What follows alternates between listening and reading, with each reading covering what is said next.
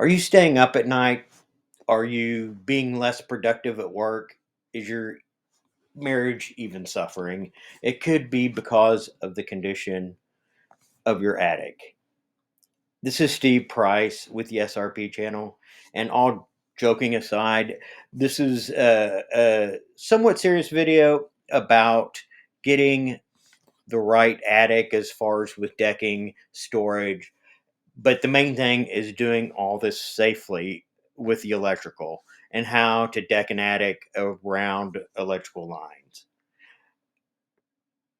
So it's not unreasonable to suggest that the attic maintenance of a house could almost be as important as the foundation work and plumbing infrastructure. I don't think that's unreasonable considering everything that goes on in your attic and the issues that can come from it. Now, if you have the resources, I would recommend having a attic insulation company come out and actually physically remove the insulation from the attic. Oh, just about every insulation company has that offering or has that ability to do that. They usually charge $1 to $2 a square foot. It's expensive, but if it's an older house, especially, sometimes the benefits are worth that cost. You can have them come out, extract the insulation, get rid of any stinky insulation, any feces from critters through the years, any moldy stuff would be actually physically taken out. They have big vacs that actually come out and physically suck all the stuff out, all the old dust and toxic particles. It's really kind of a ground zero as far as starting over. It is expensive, but it's worth it in my opinion if you can do that. And as I said, it's about $1 to $2 a square foot. And during that time, after they extract it, you could come in, have HVAC companies, electricians, plumbers, whoever come in, do what needs to be done. It's always a lot easier, cheaper when all the insulation's out. You can see problems, especially electrical, that you can't see with the insulation. Many times, problems are hidden under insulation, and you don't realize it unless you go looking through all the insulation to try to find it. It's kind of like you kind of start over with everything. Have an HVAC company come out.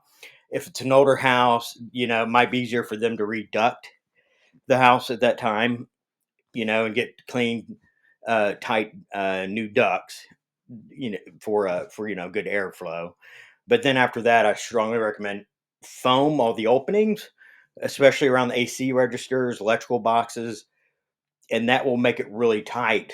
And then have the insulation put back in. It might take a month or two. That's not a huge deal. It's worth it in the big picture to get everything, get your attic done right. Your house, might have an expensive bill, you know, for a couple months, but it's not going to be that big of a deal. Don't just take your time. If it takes a month, maybe two, just get it, everything done. Then have them come back and put it back in. Every insulation company, can almost guarantee, won't have a problem with that. Okay, so I'm loosening these boxes up.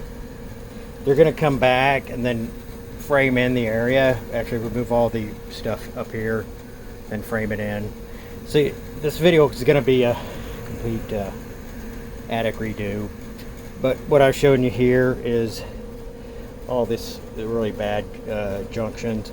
Once everything's removed, that'll be the time to fix this and hopefully not have to have junctions, or at least right here. It definitely could be up, one of the supports over here. And then first, we have this one attic light, but I'm going to wire in two permanent lights. I have it started over here, and then over here that'll come down to a switch by the attic stairwell right here. So yeah, you just can't say enough how dangerous this is. You know, yeah, people can walk on it, you know, and just go through attic floors. It's very dangerous. Oh, and also these are the lamps I got.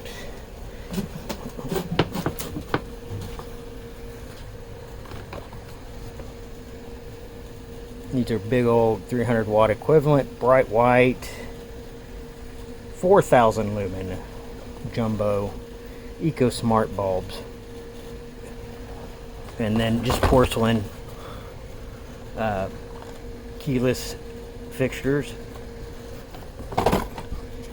So hopefully you can definitely tell the difference light wise. Set it back up here. So yeah, much more light. Got the fixtures temped in here. This little screw-in dill, but this is all temped in until we redo all this electrical mess. Okay, so here we are, the next part of the attic rehab, and this will be kind of the clear out phase here. Gonna go up into the attic. So I kind of had a wider, wish I had a little wider angle lens so I could see this stuff a little better, but so definitely ready to go. They did a most excellent job of removing all the trash, debris, and other objects. So but you can see here, but yeah, this is a mess. So I'm actually, if y'all listen to my channel, I'm actually an electrician, so I'm gonna actually do all the electrical repairs on the aluminum wiring, and this is something I've been meaning to do for a while, but I couldn't get to it because of the stuff they had in here. So this is a light circuit right here that's off, and it's actually tied in with the furnace circuit. So what actually needs to happen is another run, a 20 amp circuit ran for this furnace over here, and separate that from the light circuit. So I need to talk to him about doing that. So that might be a little bit more work, but either way, all this is going to be redone. So even if I redid it, I could set it up and come back at a later date and add the circuit or split it up. And also, I need to talk to them about these attic fans. So that's a dead fan right there.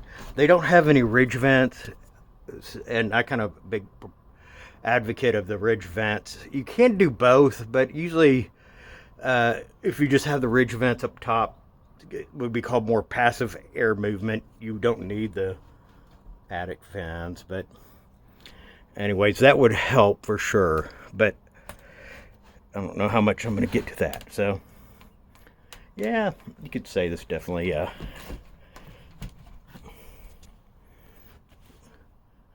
you feel safe with that in your house? Yeah, and so they got all the lumber up here ready for the decking part. So I'm not going to get into that specifically on this part of the video, but so yeah, they're ready to go with that. The 2x4s basically are going to be laid opposite of the roof joist, and then this OSB 7/16 OSB board laid on top of it. Also, you notice my fan. Turn that off right now. That will be going here in a little bit. We're in Texas, and it's about 70 degrees out now. The attic usually goes about 10 degrees hotter when it's going to be about maybe 120, 130 in the attic today. Once it gets to about 85, 90, just because there's no really air movement in this attic or any kind of airflow happening. So as you come to the attic, they had the first switch for the furnace here at the top of the stairs. Really didn't make a lot of sense. We are running a new circuit, so I will mount a new switch over by the unit over there. And then right here, Right here, we'll just have one switch and outlet. I have a GFCI outlet, just, so you have one in the attic. So if you can have multiple fans like this, I have one blowing up in the attic, blowing the air from the house up into the attic, and then this one blowing over here in the area I'll be working. It makes a difference, I think, for them to work together. If you can, always use pink electrical tape. Makes all the difference. Okay, I'm gonna go ahead and leave my mask on and try to talk. If it's bad, I'll do a voiceover. So I have my little fish rods taped to the wire. And so these videos, I think, are as much for professional electricians as homeowners. But, so I ran it up under. Always make sure you go under the duct with that. And that helps, this rod helps do that. So, and then be careful when you're pulling it that you don't pull it around something, like a pipe strap that's gonna cut the wire. So then I'm gonna head right down there. So I'll come between this stud and here, and that'll give a safe thing for the wire to pull against. So I had two of those wads. It's a really tight corner over there, so that actually helped. Putting two tape rods or fish tapes on the end of that. But normally I like trying to go under the supports, but I just went on top like everybody else because there's too many places if you try going underneath it for the wire to bind up. The open junction. Okay, so right now I'm just rewiring the furnace. Got my little disconnect box here. I've been doing a little bit of demo also while I do all this, but I'm going to get the air handler furnace wired up now so they can have AC.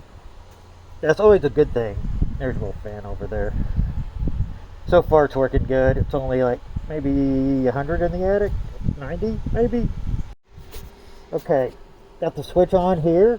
I don't have the cover, so I'm going to put tape around that and come back and install the cover. And I'm not going to staple this yet because it's loose, so I'm going to get some like 3-inch torque screws and hit the stud from that way to secure that. You don't want that wobbling around, obviously. But I got the furnace hardwired and almost ready to go. The switch right here is a pretty heavy duty. It's not a residential grade, it's kind of in between a fancy commercial residential.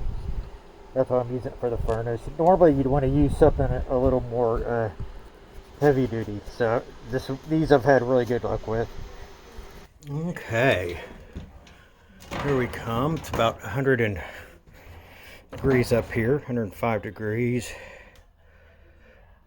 Got everything ready for the next step of the attic decking. Got everything all cleaned up. Can you tell it's a little bit more neater up here? It didn't hook the attic vent up because it's dead. They're gonna decide what they want to do with that. So all these wire messes over here ended up in a couple boxes here, just 4 square deep boxes on that. Got things stapled, so used a couple of the Ideal purple wire nuts. I think I need like 4 in those. So, and replace the cans, foamed around them for support. The holes are pretty big. So that is it. There you go.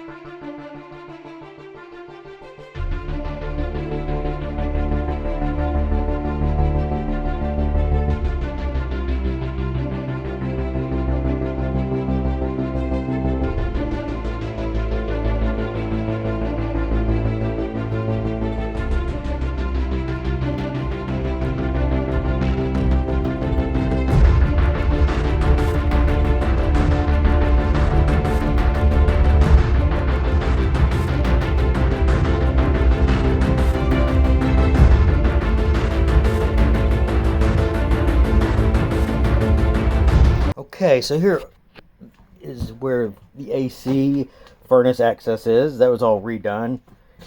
They did a great job with that. And kind of blocked up here. There's a box, and then there's another junction box up under there. But it's fine if you can unscrew the board to get to it. That's fine to cover those up. But extra boards there. So yeah, this is the whole idea. And you don't have to do a ton of screws. So I hope this video was helpful. The important part with it is just not to overthink it, not be too scared about this project. It's really not as intimidating as it should be. And also not notching the studs. That's a bad thing. This method prevents you from doing that and keeps the wiring and everything easily accessible. So if there's any links, I'll leave them below. If you have any comments, questions, please leave them. I'll try to respond to them as soon as possible. Thank you for watching this, and to help the YouTube algorithm, please like and subscribe. That definitely helps me out. See you in the next video. Thank you.